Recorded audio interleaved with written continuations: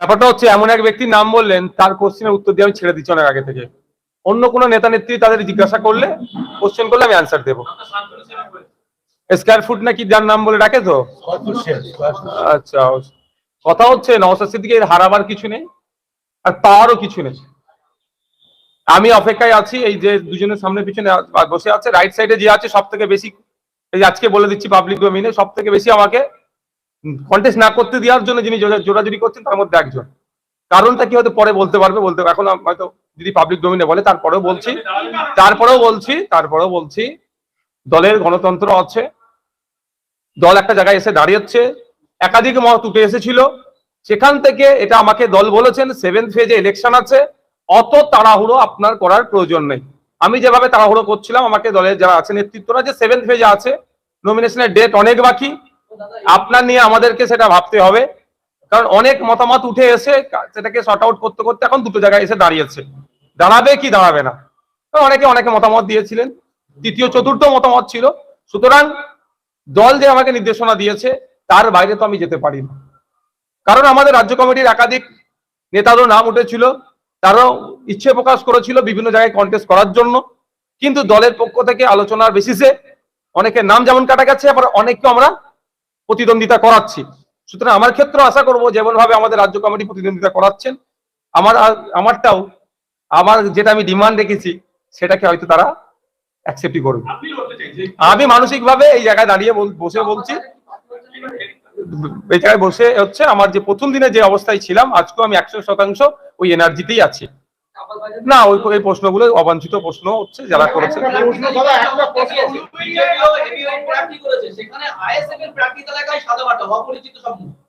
দেখুন, আইএসএফ তো লিডার তৈরি করতে চাইছে, পরিচিত মুখ দিয়ে কি হবে? পার্লামেন্টে গিয়ে টিকটক করবে? পরিচিত মুখ দিয়ে কি হবে? যেখানে কোশ্চেন আনসার সেশন থেকে শুরু করে, মেনশন থেকে শুরু করে, কলিং অ্যাটেনশন থেকে শুরু করে, বিভিন্ন যখন ডিবেটে অংশগ্রহণ তাদের দেখতে পাওয়া যায় না।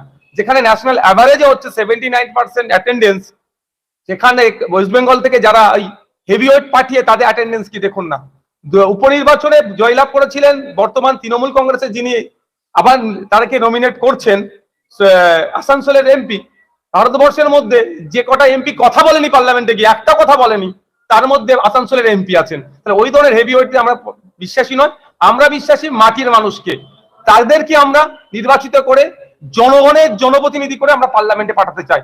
যেমন আমাদের অধ্যাপক বাপি সরেন মহাশয়, আপনারা তার একটু পাস্ট রেকর্ডটা দেখবেন, হয়তো টিভির সামনে আসেনি ঠিক কথা, কিন্তু তিনি মানুষের জন্য, সোসাইটির জন্য তার অনেক বড় জব ছেড়ে তিনি এখন অধ্যাপনার কাজে লেগে আছেন, কারণ জাতিকে শিক্ষিত করতে হবে বলে। এই ধরনের আরো যারা আমাদের ক্যান্ডিডেট যারা আমরা দিচ্ছি, দেখবেন প্রত্যেকেরই শিকড়টা মাটির সাথে জুড়ে আছে। আমরা এই ধরনের মানুষকে আইনসভার মধ্যে পাঠাতে চাই।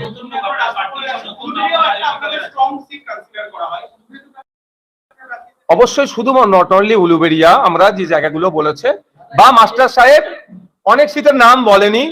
দেখুন, আবারও বলছি, আমরা প্রধান শত্রু আমরা মনে করি বিজেপিকে, তাদেরকে হারাতে হবে। আর ওই বিজেপিকে বাংলায় যারা স্থান করে দিয়েছে তৃণমূল, তাদেরকেও পরাস্ত করতে হবে। সেই দুটো শক্তিকে পরাস্ত করার জন্য এখনো পর্যন্ত বাম এবং কংগ্রেসের প্রতি আমাদের পক্ষ থেকে পজিটিভ বার্তা। আমরা রাজ্যবাসীকে যে দুর্নীতির হাত থেকে বাঁচানোর জন্য, তৃণমূল বিজেপির সাম্প্রদায়িক শক্তির হাত থেকে বাঁচানোর জন্য এখন আমাদের পক্ষ থেকে পজিটিভ দেখেছি। এটা যদি তারা মনে করে যে এটা আমাদের দুর্বলতা, তাহলে কিছু করার নেই। আমাদের আইএসএফ নিজস্বতা আছে, তার আইডিওলজি নিয়ে চলছে। আগামী দিনে দ্বিতীয় পর্যায়ে যখন ক্যান্ডিডেট লিস্ট ঘোষণা করব, তখন আপনারা নিশ্চিতভাবে অন্য কিছু দেখতে পাবেন। হয়তো যে সিটগুলোর নাম মাস্টার সাহেব এখন বললো না, সেই সমস্ত সিটগুলোতে আমাদের যে সমস্ত প্রার্থীরা, আমাদের সব থেকে বড় কথা হচ্ছে আমাদের কর্মীদের ডিমান্ড। রাজ্যের বিভিন্ন জায়গাতে আমাদের কর্মীদের ডিমান্ড এবং তারা প্রার্থী আমাদেরকে যা সাজেস্ট করছে, আমাদের যথেষ্ট শক্তিশালী প্রার্থী লিস্ট আছে। আমি দায়িত্ব নিয়ে বলতে পারি, অন্যান্য রাজনৈতিক দল যে চমকের কথা বলছেন, কে ক্রিকেটার দিচ্ছে, কেউ নায়ক দিচ্ছেন, কেউ বাইরে থেকে নিয়ে আসছেন, যদিও বাইরের বহিরাগততে আমি বিশ্বাসী নয়, সব আমরা ভারতীয়। তারপরেও বলছি, আমরা যে করেছি মাটির সাথে যুক্ত আছে। একদিকে যেমন অ্যাডভোকেটসরা রেডি আছেন, প্রফেসররাও আছেন, বিভিন্ন শ্রেণীর মানুষদেরকে নিয়ে আমরা, যাদের মাটির শিকড় যাদের মাটির সাথে যুক্ত, তাদের নিয়ে আমরা ভেবে রেখেছি। কিন্তু বীরত্ব স্বার্থে আমরা এখন এই ফার্স্ট ফেজে আমরা লিস্টটা পাবলিশ করলাম, প্রয়োজন আমরা সেকেন্ড ফেজ পাবলিশ করতে পারি। একটা প্রশ্ন, বামেদের সাথে আপনাদের জোট ছিল, কিন্তু বেশ কিছু আসনে দেখা গেল আপনারাও আইএসএফ প্রার্থী দিলেন, তাতে কি বাংলাদেশের সাথে একটা দূরত্ব কি মানে তৈরি হলো না? যে এখানে যেহেতু বাম প্রার্থী ইতিমধ্যে শ্রীরামপুরে তিনি নির্বাচনের ময়দানে নেমে পড়েছেন, কি বলবেন? দেখুন, দূরত্বটা না বাড়ে সেই জন্য আমরা এতদিন অব্দি অপেক্ষা করেছিলাম, কারণ এই ভোটের সময় অলরেডি নোটিফিকেশন শুরু হয়েছে, নমিনেশন শুরু হয়ে গিয়েছে। একটা দিন পিছিয়ে যাওয়া মানে একটা নয় 3টে দিন আমরা করে পিছিয়ে যাচ্ছি। স্বাভাবিকভাবে আমাদের কর্মী সমর্থকদের আবেগ, ভালোবাসা, তাদের চাওয়া, তাদের ডিমান্ড আমরা কিছুটা হলেও হয়তো সময়ের সাথে দিতে পারিনি। লক্ষ্য একটাই ছিল যে জোরটা যাতে হয়, কিন্তু একটা নির্দিষ্ট সময় পর্যন্ত অপেক্ষা করা দরকার। আমরা অপেক্ষা করছি। আমরা আমাদের পক্ষ থেকে ঘোষণার পরেও আপনার লিস্ট দেখলে বুঝতে পারবেন যে দ্বিতীয় ফেজের ঘোষণাতেও আমরা আশা করবো যাতে এমন না ঘোষণা করা হয় আপনার কথা অনুযায়ী যে লেফট দিয়েছে বা কংগ্রেস দিয়েছে সেখানে আমরা দিচ্ছি, এটা না হয়। সেটা হচ্ছে দেখার দায়িত্ব আমার মনে হয় সব থেকে বড় শরিক যেনারা দাবি করেন লেফট ফ্রন্ট কংগ্রেস। হয়েছে আমাদের দেখুন, তাহলে ওনাদের পক্ষ থেকে যারা ফোন টোন করেছিলেন, টেলিফোনিক আলোচনা করেছিলেন, তারপর তাদের গুলো বা তাদের এগুলো পাবলিশ করতে হবে আমাদেরকে।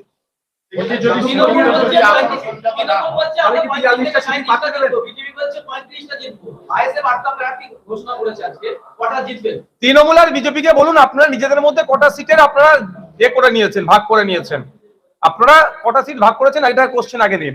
আর আমরা আমাদের পক্ষ থেকে যে কটা প্রার্থী দিয়েছি আমরা বুথ দখলও করবো না, বুথজামও করবো না, গণনা কেন্দ্র মারপিটও করবো না, মানুষের কাছে অ্যাপ্রোচ করব, মানুষকে বলবো আমাদেরকে ভোট দিলে পার্লামেন্টে পাঠালে। এই কৃষক বিলের বিরুদ্ধে যখন বিল পাস হচ্ছিল, যাদেরকে পাঠিয়েছিলেন তারা ঘুমাচ্ছিল এক প্রকার, তাদের আমাদের প্রার্থী আপনাদের যখন জনপ্রতিনিধি হবে এরা ঘুমাবে না।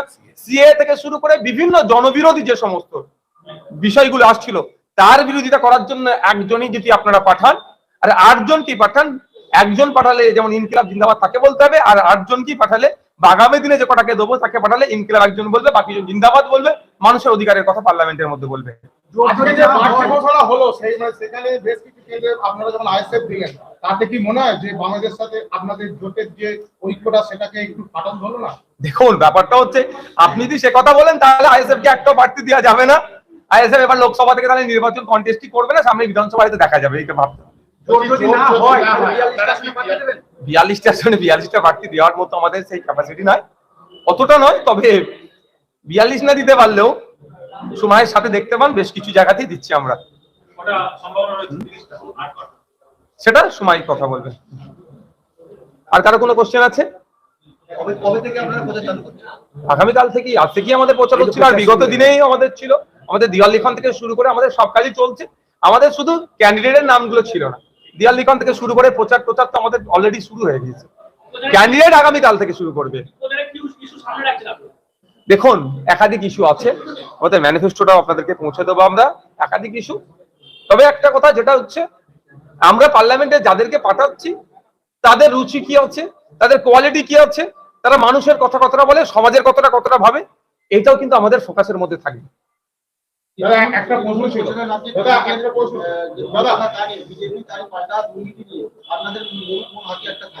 কেন্দ্রের বঞ্চনা, তৃণমূল দুর্নীতি, এরা একে অপরের পরিপূরক। আমাদের সমগ্র বিষয় এটা দেশ গঠনের, দেশে দায়ভার কার হাতে থাকবে তার নির্বাচন হচ্ছে। আর সেখানে 143 কোটি মানুষের মধ্যে 140 কোটি প্লাস মানুষের 543 জন জনপ্রতিনিধি যাবে। সুতরাং ইস্যুতে একটা ছোট ওই দুর্নীতি আর বঞ্চনাতে তো সীমাবদ্ধ থাকবে না, আরো অনেক কিছু আছে। অ্যাটমসফিয়ার নিয়ে কথা হচ্ছে, আপনার ইকোসিস্টেম ব্রেক হচ্ছে, পরিবেশ ধ্বংস করে দিচ্ছে, জল জমি জঙ্গল থেকে আপনার অধিকার কেড়ে নিচ্ছে আমার আদিবাসীদের, এসসি সংরক্ষণ ঠিকঠাক পালন হচ্ছে না, অনেক ইস্যু আছে, সেগুলো সবটাই উত্থাপন হবে। দাদা, ড্রামা হারবারে যদি বাম যদি প্রার্থী ঘোষণা করে দেয় আজকালের মধ্যে, তাহলে কি আপনি সেখানে লড়াই করে? দেখুন, যদির প্রশ্ন নিয়ে আমরা ভাবি না, আমরা যাবে বাস্তবে ভাববো। মানে বামের সাথে এখনো ড্রামা হারবার নিয়ে কোনো কথা হয়নি, এতে কইনি। কে বললো আপনাদেরকে? প্রথম দিন থেকেই শুরু হচ্ছে, আজকেও আলোচনার মধ্যে আছে। বিমান বসু নাকি বলেছিলেন যে আপনি ইচ্ছা প্রকাশ করেননি, প্রথম দিনই বলেছিলেন। দেখুন, বিমান বসুর মহাশয় সিনিয়র লিডার, শুধুমাত্র বামফ্রন্টের মধ্যে সিনিয়র নয়, আমার মনে হয় রাজ্যের যে সমস্ত সিনিয়র লিডারদের মধ্যে তিনি একজন, অন্যতম একজন। সুতরাং কিছু বিষয় হয়তো সিনিয়র মানুষজনের বক্তব্য শুনলেও আমাদের রুচি, আমাদের পার্টির রুচিতে তাকে আমরা এড়িয়ে যাই, সেই বিষয়টাতে আমরা ডিবেট করতে চাই না। কারণ যখন ওই প্রেস কনফারেন্সে এমন কিছু মন্তব্য হয়েছে, মন্তব্য হওয়ার সাথে সাথে আমাদের পার্টির প্রতিষ্ঠাতা, আমাদের পার্টির প্রাণ পুরুষ মির্জা আব্বাস সিদ্দিকী ভাইজান সাথে সাথে আমাদেরকে নির্দেশ দিয়েছে যে এই বক্তব্যের তোমরা কাউন্টার করতে যেও না। কেন? তিনি সুদূর প্রসারী চিন্তা ভাবনা নিয়ে চলেন, আগামীর কথা অনেকটা ভাবেন। ছোট্টখাট্ট বিষয় নিয়ে বিমান বসুর মন্তব্যতে আমি করব, প্রতি উত্তর দেওয়াই যায়। কারো কাছে আমরা মাথা বিক্রি করে রাখিনি বা কারো কাছে টিকি আমাদের বন্ধক দিইনি, কিন্তু কিছু ক্ষেত্রে কিছু সিনিয়র মোস্ট মানুষদের সম্মানার্থে কিছু বিষয় চুপ করে যেতে হয়। এখানে নওশাদ সিদ্দিকী ভাইজানরা আছে তো, দেখি না কতটা কি পারে, তারপরে তো আব্বাস সিদ্দিকী ভাই প্রথম থেকে বলে আসছে পার্টি দিল, যাদবপুর নিয়ে আপনাদের চিন্তা ভাবনা পজিটিভ চিন্তা ভাবনা। আমরা সেকেন্ড লিস্টের অপেক্ষায় থাকুন আপনারা। মন্ত্রী ব্যর্থ বসু বলেছেন যে আইএসএফ এর যে প্রতিষ্ঠাতা আব্বাস সিদ্দিকী তাকেই আপনি ঘরে ঢুকিয়ে দিয়েছেন। দেখুন, বাবুকে বলুন 8,500 স্কুল বন্ধ হতে চলেছে, সেগুলো কিভাবে খোলা যায়? বাবুকে বলুন ভোটের সময় আদিবাসী সমাজকে বোকা বানিয়ে ভোটটা নিয়ে দেওয়ার চেষ্টা করছিলেন। আমি কোশ্চেন করছিলাম বিধানসভার মধ্যে, উত্তর দিতে তিনি পারেননি। যে অলচিকি লিপি সাঁওতালি ভাষায় আলাদা শিক্ষা বোর্ড কবে গঠন হবে, এর উত্তর দিতে পারেননি। আগে ওই উত্তরটা দিতে পারবেন, তারপরে নওশাদ সিদ্দিকী ভাই আব্বাস সিদ্দিকী ভাইয়ের বুঝাবুঝি করে নেবে তারা ভাই ভাই। প্রথম থেকে বলে আসছেন ড্রাগন হারবারে দাঁড়াবেন, এবার যদি না দাঁড়ান তাহলে বাংলা যারা নওশাদ ভক্ত তারা কি একটু ক্ষুণ্ণ হবে না? আমি পার্টি অনুমোদন দিলে দাঁড়াবো বলেছি, এখনো বলছি পার্টি অনুমোদন দিলে দাঁড়াবো। এই কোশ্চেনটা যখন আমাদের ফাইনাল লিস্ট আউট হবে তারপর আপনি কোশ্চেন করবেন, আমি উত্তর দেবো। Thank you. রাজ্য কমিটির পক্ষ থেকে আমাদের এখানে উপস্থিত যত সাংবাদিক বন্ধু আছেন প্রত্যেককে ধন্যবাদ জানাচ্ছি। আজকের এই নির্ধারিত প্রেস কনফারেন্সে আপনারা এসে উপস্থিত থাকার জন্য। আমরা বলেছিলাম যে 4টে নাগাদ আমরা 4:30 আমরা প্রেস কনফারেন্সের আমাদের প্রথম পর্যায়ের যে প্রার্থী তালিকা সেই তালিকা প্রকাশ করব। প্রায় 8 ঘন্টা দেরি হয়েছে বিভিন্ন কারণে, তো আমরা শুরু করে দিতে চাই। আজকে আমরা আমাদের যে প্রথম পর্যায়ের প্রার্থী তালিকা অর্থাৎ কোন কেন্দ্রে কোন লোকসভা কেন্দ্রে ইন্ডিয়ান সেকুলার ফ্রন্টের প্রার্থীরা প্রতিদ্বন্দ্বিতা করবেন। ইন্ডিয়ান সেকুলার ফ্রন্ট লোকসভা নির্বাচনে কোন কেন্দ্রে প্রতিদ্বন্দ্বিতা করবে তার প্রাথমিক পর্যায়ের লিস্ট তালিকা আজকে আমরা ঘোষণা করছি। এরপরেও কয়েকটি প্রকাশ আমরা কয়েকদিনের মধ্যেই আপনাদের জানিয়ে দেওয়া হবে। সেটা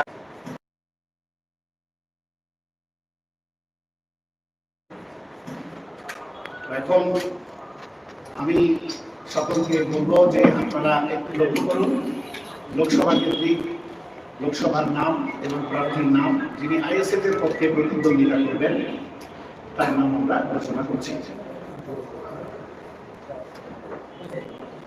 প্রথমে উত্তরবঙ্গে 7 নম্বর মালদা উত্তর লোকসভা কেন্দ্র। মালদা উত্তর লোকসভা কেন্দ্রে আমাদের প্রার্থী প্রতিদ্বন্দ্বিতা করবেন মোহাম্মদ সোহেল। মালদা উত্তর লোকসভা কেন্দ্রে মোহাম্মদ সোহেল। 19 নম্বর সংসদীয় ক্ষেত্র জয়নগর লোকসভা কেন্দ্র, যেটা এসসি সংরক্ষিত। জয়নগর লোকসভা কেন্দ্র যেটা আপনারা জানেন এসসি, ওটা সংরক্ষিত কেন্দ্র। ওখানে আমাদের পার্টির পক্ষ থেকে প্রতিদ্বন্দ্বী প্রার্থীর নাম মেঘনাথ হালদার। জয়নগর লোকসভা কেন্দ্রে মেঘনাথ হালদার।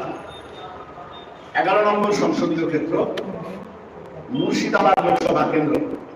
মুর্শিদাবাদ লোকসভা কেন্দ্র যেখানে প্রতিদ্বন্দ্বিতা করবেন হাবিব শেখ। মুর্শিদাবাদ লোকসভা কেন্দ্রে প্রতিদ্বন্দ্বিতা করবেন হাবিব শেখ। 17 নম্বর সংসদীয় ক্ষেত্র বারাসাত লোকসভা কেন্দ্র। 17 নম্বর সংসদীয় ক্ষেত্র বারাসাত লোকসভা কেন্দ্রে প্রতিদ্বন্দ্বিতা করবেন তাপস ব্যানার্জি। বারাসাত লোকসভা কেন্দ্র থেকে আইএসএফ এর প্রার্থী তাপস ব্যানার্জি। বসিরহাট লোকসভা কেন্দ্র বসিরহাট লোকসভা কেন্দ্র। এই বসিরহাট লোকসভা কেন্দ্র থেকে আইএসএফ প্রার্থী হিসাবে প্রতিদ্বন্দ্বিতা করবেন মোহাম্মদ শহীদুল ইসলাম মোল্লা। বসিরহাট লোকসভা কেন্দ্র থেকে প্রতিদ্বন্দ্বিতা করবেন মোহাম্মদ শহীদুল ইসলাম মোল্লা। মথুরাপুর লোকসভা কেন্দ্র, এই মথুরাপুর লোকসভা কেন্দ্র থেকে প্রতিদ্বন্দ্বিতা করবেন অধ্যাপক অজয় কুমার দাস। আপনারা জানেন মথুরাপুর লোকসভা কেন্দ্র এসসি সংরক্ষিত, সেখানে আমাদের প্রতিদ্বন্দ্বিতা করবেন অধ্যাপক অজয় কুমার দাস। 27 নম্বর সংসদীয় ক্ষেত্র শ্রীরামপুর লোকসভা কেন্দ্র, 27 নম্বর সংসদীয় ক্ষেত্র শ্রীরামপুর লোকসভা কেন্দ্র। এই শ্রীরামপুর লোকসভা কেন্দ্রে প্রতিদ্বন্দ্বিতা করবেন শাহরিয়ার মল্লিক বাপি। শাহরিয়ার মল্লিক শ্রীরামপুর লোকসভা কেন্দ্র থেকে প্রতিদ্বন্দ্বিতা করবেন। শাহরিয়ার মল্লিক, শাহরিয়ার মল্লিক। 33 নম্বর ঝাড়গ্রাম লোকসভা কেন্দ্র, এটাও সংরক্ষিত, এসটি সংরক্ষিত। 33 নম্বর সংসদীয় ক্ষেত্র এসটি সংরক্ষিত ঝাড়গ্রাম লোকসভা কেন্দ্র, যেখান থেকে আইএসএফ প্রতিদ্বন্দ্বী হিসাবে প্রতিদ্বন্দ্বিতা করবেন অধ্যাপক বাপি সরেন। অধ্যাপক বাপি সরেন। আমরা প্রথম পর্যায়ে এই 8 জনের নাম ঘোষণা করলাম। প্রথম পর্যায়ে এই 8 জনের নাম ঘোষণা করলাম। আপনারা এই ছবিতে দেখতে পাচ্ছেন এই 8 জনের নামের সঙ্গে সংসদীয় ক্ষেত্রের নাম্বার, সংসদীয় কেন্দ্রের নাম, প্রার্থীর নাম এবং সেই সঙ্গে প্রার্থীর ছবিও দেওয়া আছে। আমরা প্রথম পর্বের এই 8 জন প্রার্থীর নাম আজ ঘোষণা করলাম। প্রথমে যেগুলো বলেছিলেন তার ভেতর থেকে কটা আছে? প্রথমে যে 8টা কিন্তু আপনারা প্রতিদ্বন্দ্বিতা করেছেন, আরেকবার বলে দেব। মালদা উত্তর লোকসভা কেন্দ্রে প্রার্থী হয়েছেন মোহাম্মদ সোহেল। মুর্শিদাবাদ লোকসভা কেন্দ্রে প্রার্থী হয়েছেন হাবিব শেখ। বসিরহাট লোকসভা কেন্দ্র থেকে প্রার্থী হয়েছেন মোহাম্মদ শহীদুল ইসলাম মোল্লা। ঝাড়গ্রাম লোকসভা কেন্দ্র থেকে প্রার্থী হয়েছেন অধ্যাপক বাপি সরেন। জয়নগর এসসি লোকসভা কেন্দ্র থেকে প্রার্থী হয়েছেন মেঘনাথ হালদার। বারাসাত লোকসভা কেন্দ্র থেকে প্রার্থী হয়েছেন তাপস ব্যানার্জি। মথুরাপুর লোকসভা কেন্দ্র থেকে প্রার্থী হয়েছেন অধ্যাপক অজয় কুমার দাস। শ্রীরামপুর লোকসভা কেন্দ্র থেকে প্রার্থী হয়েছেন শাহরিয়ার মল্লিক বাপি।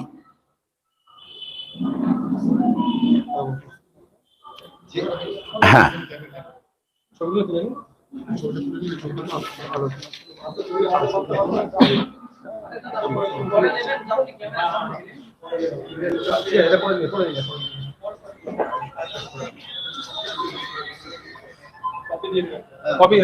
কপি একটা করে প্রত্যেকে পেয়ে যাবেন।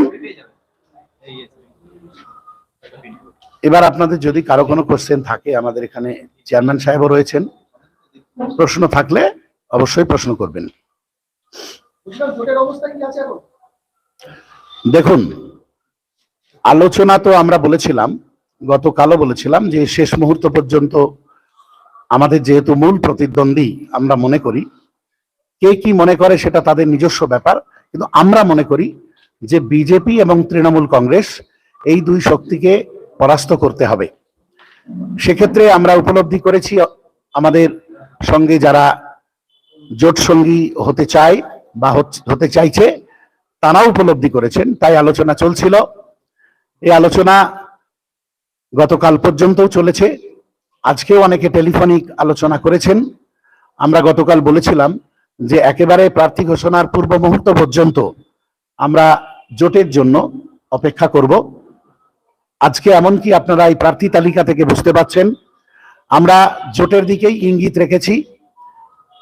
যাদবপুর কেন্দ্র, জানেন এর আগে আমাদের প্রার্থী তালিকায় যাদবপুর কেন্দ্রের নাম ছিল।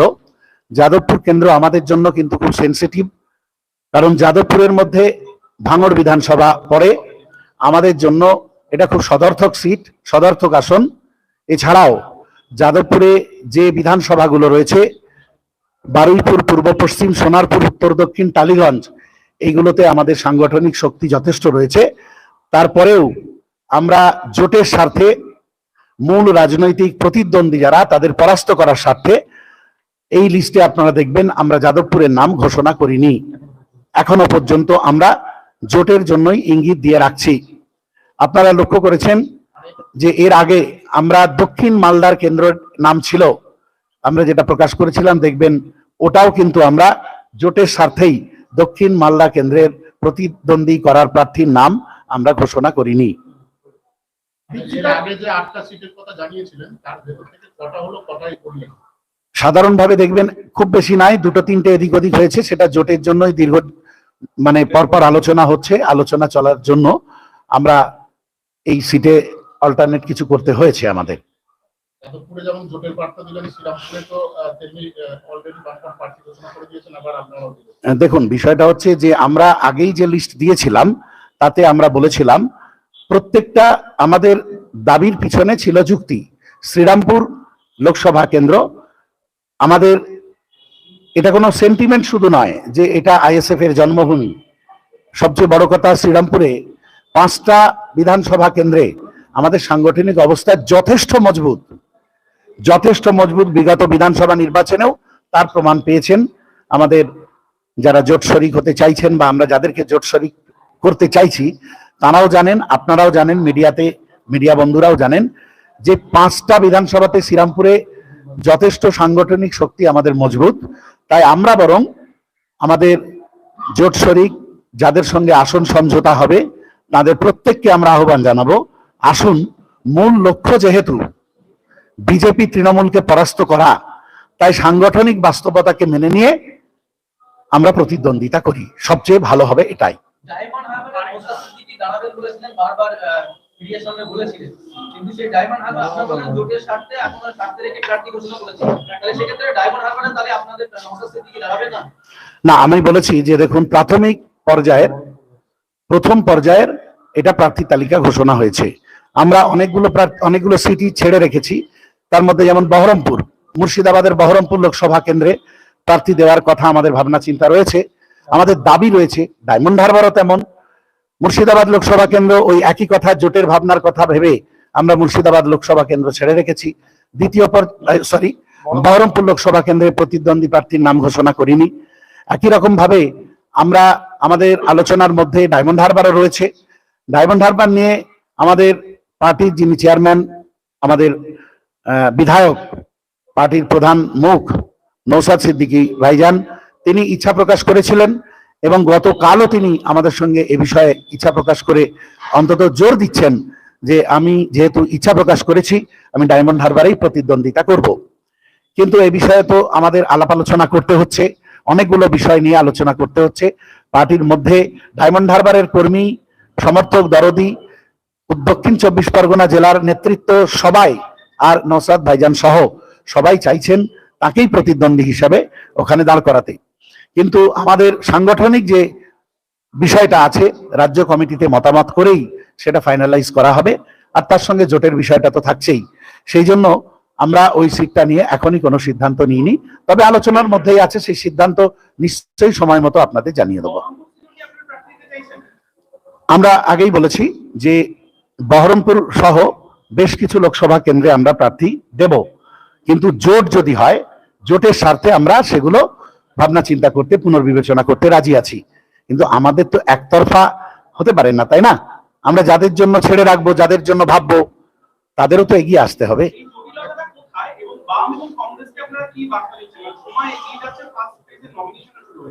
দেখুন, জটিলতা আমি বলবো না, জটিলতা বলে আমি বিষয়টাকে আরেকটু জটিল করতে চাইছি না। আমার মনে হয় পারস্পরিক বোঝাপড়ার ভিত্তিতে খুব দ্রুতই সিদ্ধান্তে পৌঁছতে পারবো। বিগত বিধানসভা নির্বাচনে আপনারা দেখেছিলেন, প্রথম দিকে যখন আলোচনা শুরু হলো তখন মনে হচ্ছিল কিছুই হবে না, কিন্তু শেষব দিকে দেখলেন যে সিটের ভাগাভাগি, আসন সমঝোতা সেটা কমপ্লিট হলো। আপনারা তো বলছেন জোট করবেন, সেক্ষেত্রে তো শ্রীরামপুর কেন্দ্রে সিপিএম প্রার্থী দিয়েছে, সেক্ষেত্রে আমরাও প্রার্থী দিচ্ছি। এখানে জোটের বিষয়টা একটু ব্যাঘাত ঘটছে। আমি যেটা বললাম সেই কথাটা আবার বলতে চাইছি যে আমরা এগিয়ে গেলে তো শুধু হবে না, কংগ্রেস লেফট দুপক্ষকেই সদর্থক মানসিকতা নিয়ে এগিয়ে আসতে হবে। আমরা যেমন যাদবপুর, আমাদের খুব সংসদীয় ক্ষেত্রটা যাদবপুর সংসদীয় ক্ষেত্রে আমাদের জন্য সেন্টিমেন্ট, আমাদের জন্য বাস্তবতা, আমাদের জন্য সদর্থকতা থাকলেও আমরা এটা পরিত্যাগ করতে রাজি আছি, ছাড়তে রাজি আছি। তেমন শ্রীরামপুর নিয়েও তাদেরকে পজিটিভ ভাবনা ভাবতে হবে, সাংগঠনিক বাস্তবতা নিয়ে ভাবতে হবে। যদি জোট বা আসন সমঝোতা কোনো সদর্থক জায়গায় না যায় তাহলে কি যাদবপুরে আপনারা প্রার্থী দেবেন? দেখুন, এটা সম্পূর্ণ রাজ্য কমিটির আলোচনার বিষয়, পরিস্থিতির উপরে নির্ভর করছে সমস্ত সিদ্ধান্ত। আর বহরমপুর তো একদম যাদবপুর না, সারা রাজ্যে একটা বিভিন্ন কাজ, জায়গায়। তালুক। তো সেক্ষেত্রে শুধু বহরমপুর বা দক্ষিণ মালদা বা আপনার ওই যাদবপুর বা এটা বহরমপুর বিষয় নয়, আমরা আগেই বলেছি, আবারও বলছি, পরিস্থিতির উপরে নির্ভর করছে, আলোচনার উপরে নির্ভর করছে যে আমরা দ্রুত সিদ্ধান্ত নেব। সেক্ষেত্রে রাজ্যের বিভিন্ন জায়গাতে আমরা প্রার্থী, যদি আমাদের মানে শেষ অবধি জোট না হয় তাহলে তো আমাদের একার সাংগঠনিক সিদ্ধান্ত নিয়ে চলতে হবে, সেই জন্য সিদ্ধান্ত পরবর্তীতে হবে। কুণাল ঘোষ বলছেন নওশাদ সিদ্দিকী ডায়মন্ড হারবারে হেরে যাওয়ার ভয়তে পালিয়ে যাচ্ছে, নওশাদ সিদ্দিকীর কাছে উত্তর চাইবেন। কি কোশ্চেন আছে কি? কে? কুণাল ঘোষ বলছে যে ডায়মন্ড হারবারে নওশাদ সিদ্দিকী হেরে যাওয়ার ভয়ে পিছপা হচ্ছে। ব্যাপারটা হচ্ছে, এমন এক ব্যক্তির নাম বললেন, তার কোশ্চেনের উত্তর দিয়ে আমি ছেড়ে দিচ্ছি অনেক আগে থেকে। অন্য কোনো নেতা নেত্রী তাদের জিজ্ঞাসা করলে, কোশ্চেন করলে আমি অ্যান্সার দেবো। স্কয়ার ফুট নাকি যার নাম বলে ডাকে তো, আচ্ছা। কথা হচ্ছে নওশাদ সিদ্দিকীর হারাবার কিছু নেই, আর পাওয়ারও কিছু নেই। আমি অপেক্ষায় আছি, এই যে দুজনের সামনে পিছনে বসে আছে, রাইট সাইডে যে আছে সব থেকে বেশি, এই যে আজকে বলে দিচ্ছি পাবলিক ডোমেইনে, সব থেকে বেশি আমাকে কন্টেস্ট না করতে দেওয়ার জন্য যিনি জোরাজুরি করছেন তার মধ্যে একজন। কারণটা কি হয়তো পরে বলতে পারবে, এখন হয়তো যদি পাবলিক ডোমেইনে বলে, তারপরেও বলছি দলের গণতন্ত্র আছে, দল একটা জায়গায় এসে দাঁড়িয়েছে, একাধিক মত উঠে এসেছিল, সেখান থেকে এটা আমাকে দল বলেছেন 7th ফেজে ইলেকশন আছে, অত তাড়াহুড়ো আপনার করার প্রয়োজন নেই। আমি যেভাবে তাড়াহুড়ো করছিলাম, আমাকে দলের যারা আছে নেতৃত্বরা, যে 7th ফেজে আছে, নমিনেশনের ডেট অনেক বাকি, আপনার নিয়ে আমাদেরকে সেটা ভাবতে হবে, কারণ অনেক মতামত উঠে এসে সেটাকে শর্ট আউট করতে করতে এখন দুটো জায়গায় এসে দাঁড়িয়েছে, দাঁড়াবে কি দাঁড়াবে না। অনেকে মতামত দিয়েছিলেন, তৃতীয় চতুর্থ মতামত ছিল। সুতরাং দল যে আমাকে নির্দেশনা দিয়েছে তার বাইরে তো আমি যেতে পারি না, কারণ আমাদের রাজ্য কমিটির একাধিক নেতারও নাম উঠেছিল, তারাও ইচ্ছে প্রকাশ করেছিল বিভিন্ন জায়গায় কন্টেস্ট করার জন্য, কিন্তু দলের পক্ষ থেকে আলোচনার বেসিসে অনেকের নাম যেমন কাটা গেছে, আবার অনেককে আমরা প্রতিদ্বন্দ্বিতা করাচ্ছি। সুতরাং আমার ক্ষেত্রে আশা করবো যেমন ভাবে আমাদের রাজ্য কমিটি প্রতিদ্বন্দ্বিতা করাচ্ছেন, আমারটাও, আমার যেটা আমি ডিমান্ড রেখেছি সেটাকে হয়তো তারা অ্যাকসেপ্টই করবে। আমি মানসিকভাবে এই জায়গায় দাঁড়িয়ে বসে বলছি, এই জায়গায় বসে হচ্ছে আমার যে প্রথম দিনে যে অবস্থায় ছিলাম, আজকেও আমি 100% ওই এনার্জিতেই আছি। না, ওই প্রশ্নগুলো অবাঞ্ছিত প্রশ্ন হচ্ছে যারা করেছে।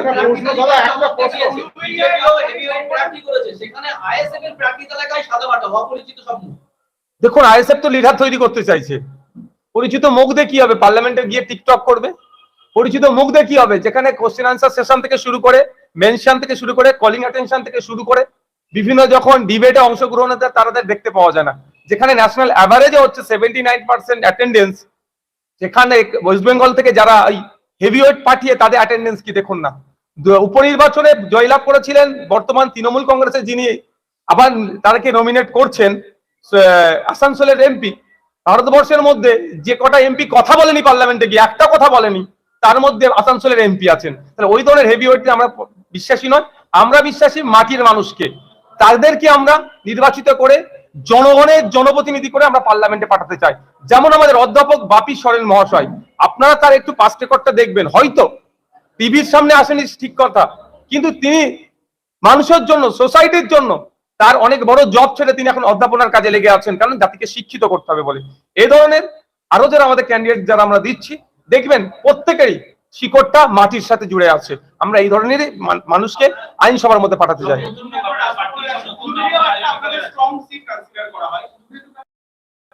অবশ্যই শুধু নট অনলি উলুবেড়িয়া, আমরা যে জায়গাগুলো বলেছে বা মাস্টার সাহেব অনেক সিটের নাম বলেনি। দেখুন, আবারও বলছি, আমরা প্রধান শত্রু আমরা মনে করি বিজেপিকে, তাদেরকে হারাতে হবে। আর ওই বিজেপিকে বাংলায় যারা স্থান করে দিয়েছে তৃণমূল, তাদেরকে পরাস্ত করতে হবে।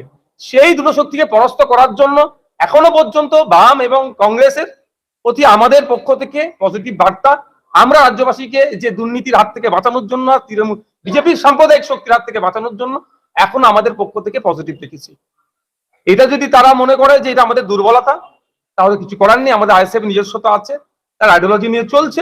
আগামী দিনে দ্বিতীয় পর্যায়ে যখন ক্যান্ডিডেট লিস্ট ঘোষণা করব, তখন আপনারা নিশ্চিতভাবে অন্য কিছু দেখতে পাবেন। হয়তো যে সিটগুলোর নাম মাস্টার সাহেব এখন বললো না, সেই সমস্ত সিটগুলোতে আমাদের যে সমস্ত প্রার্থীরা, আমাদের সব থেকে বড় কথা হচ্ছে আমাদের কর্মীদের ডিমান্ড। রাজ্যের বিভিন্ন জায়গাতে আমাদের কর্মীদের ডিমান্ড এবং তারা প্রার্থী আমাদেরকে যা সাজেস্ট করছে, আমাদের যথেষ্ট শক্তিশালী প্রার্থী লিস্ট আছে। আমি দায়িত্ব নিয়ে বলতে পারি, অন্যান্য রাজনৈতিক দল যে চমকের কথা বলছেন, কে ক্রিকেটার দিচ্ছে, কেউ নায়ক দিচ্ছেন, কেউ বাইরে থেকে নিয়ে আসছেন, যদিও বাইরের বহিরাগততে আমি বিশ্বাসী নয়, সব আমরা ভারতীয়। তারপরেও বলছি, আমরা যে করেছি মাটির সাথে যুক্ত আছে। একদিকে যেমন অ্যাডভোকেটসরা রেডি আছেন, প্রফেসররাও আছেন, বিভিন্ন শ্রেণীর মানুষদেরকে নিয়ে আমরা, যাদের মাটির শিকড় যাদের মাটির সাথে যুক্ত, তাদের নিয়ে আমরা ভেবে রেখেছি। কিন্তু বীরত্ব স্বার্থে আমরা এখন এই ফার্স্ট ফেজে আমরা লিস্টটা পাবলিশ করলাম, প্রয়োজন আমরা সেকেন্ড ফেজ পাবলিশ করতে পারি। একটা প্রশ্ন, বামেদের সাথে আপনাদের জোট ছিল, কিন্তু বেশ কিছু আসনে দেখা গেল আপনারাও আইএসএফ প্রার্থী দিলেন, তাতে কি বামেদের সাথে একটা দূরত্ব কি মানে তৈরি হলো না? যে এখানে যেহেতু বাম প্রার্থী ইতিমধ্যে শ্রীরামপুরে তিনি নির্বাচনের ময়দানে নেমে পড়েছেন, কি বলবেন? দেখুন, দূরত্বটা না বাড়ে, সেই জন্য আমরা এতদিন অব্দি অপেক্ষা করেছিলাম। কারণ এই ভোটের সময় অলরেডি নোটিফিকেশন শুরু হয়েছে, নমিনেশন শুরু হয়ে গিয়েছে। একটা দিন পিছিয়ে যাওয়া মানে একটা নয়, 3টে দিন আমরা করে পিছিয়ে যাচ্ছি। স্বাভাবিকভাবে আমাদের কর্মী সমর্থকদের আবেগ, ভালোবাসা, তাদের চাওয়া, তাদের ডিমান্ড আমরা কিছুটা হলেও হয়তো সময়ের সাথে দিতে পারিনি। লক্ষ্য একটাই ছিল যে জোটটা যাতে হয়, কিন্তু একটা নির্দিষ্ট সময় পর্যন্ত অপেক্ষা করা দরকার। আমরা অপেক্ষা করছি। আমরা আমাদের পক্ষ থেকে ঘোষণার পরেও আপনারা লিস্ট দেখলে বুঝতে পারবেন যে দ্বিতীয় ফেজের ঘোষণাতেও আমরা আশা করবো যাতে এমন না ঘোষণা করা হয় আপনার কথা অনুযায়ী যে লেফট দিয়েছে বা কংগ্রেস দিয়েছে সেখানে আমরা দিচ্ছি, এটা না হয়। সেটা হচ্ছে দেখার দায়িত্ব আমার মনে হয় সব থেকে বড় শরিক যেনারা দাবি করেন, লেফট ফ্রন্ট, কংগ্রেস হয়েছে আমাদের দেখুন, তাহলে ওনাদের পক্ষ থেকে যারা ফোন টোন করেছিলেন, টেলিফোনিক আলোচনা করেছিলেন, তারপর তাদের গুলো বা তাদের এগুলো পাবলিশ করতে হবে আমাদেরকে।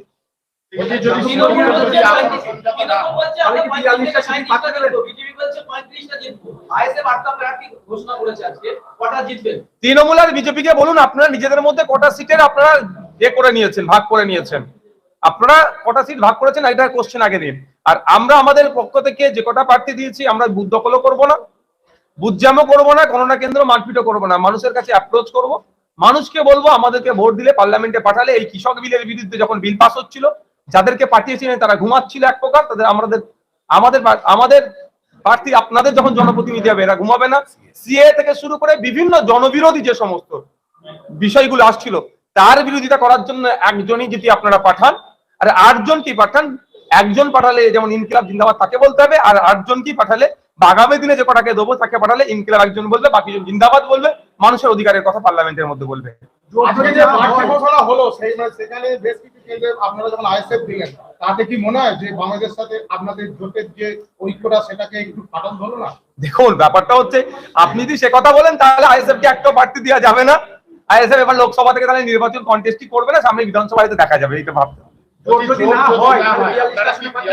42টা আসনে 42টা প্রার্থী দেওয়ার মতো আমাদের সেই ক্যাপাসিটি নয়, অতটা নয়। তবে 42 না দিতে পারলেও সময়ের সাথে দেখতে পান বেশ কিছু জায়গাতেই দিচ্ছি আমরা, সেটা সময় কথা বলবে। আর কারো কোনো কোশ্চেন আছে? আগামীকাল থেকে, আজ থেকেই আমাদের প্রচার হচ্ছিল, আর বিগত দিনেই আমাদের ছিল। আমাদের দেওয়াল লিখন থেকে শুরু করে আমাদের সব কাজই চলছে। আমাদের শুধু ক্যান্ডিডেটের নামগুলো ছিল না, দেওয়াল লিখন থেকে শুরু করে প্রচার তো আমাদের অলরেডি শুরু হয়ে গিয়েছে। ক্যান্ডিডেট আগামীকাল থেকে শুরু করবে। দেখুন, একাধিক ইস্যু আছে, আমাদের ম্যানিফেস্টোটাও আপনাদেরকে পৌঁছে দেবো আমরা, একাধিক ইস্যু। তবে একটা কথা যেটা হচ্ছে, আমরা পার্লামেন্টে যাদেরকে পাঠাচ্ছি তাদের রুচি কি আছে, তাদের কোয়ালিটি কি আছে, তারা মানুষের কথা কতটা বলে, সমাজের কতটা ভাবে, এটাও কিন্তু আমাদের ফোকাসের মধ্যে থাকবে। একটা প্রশ্ন ছিল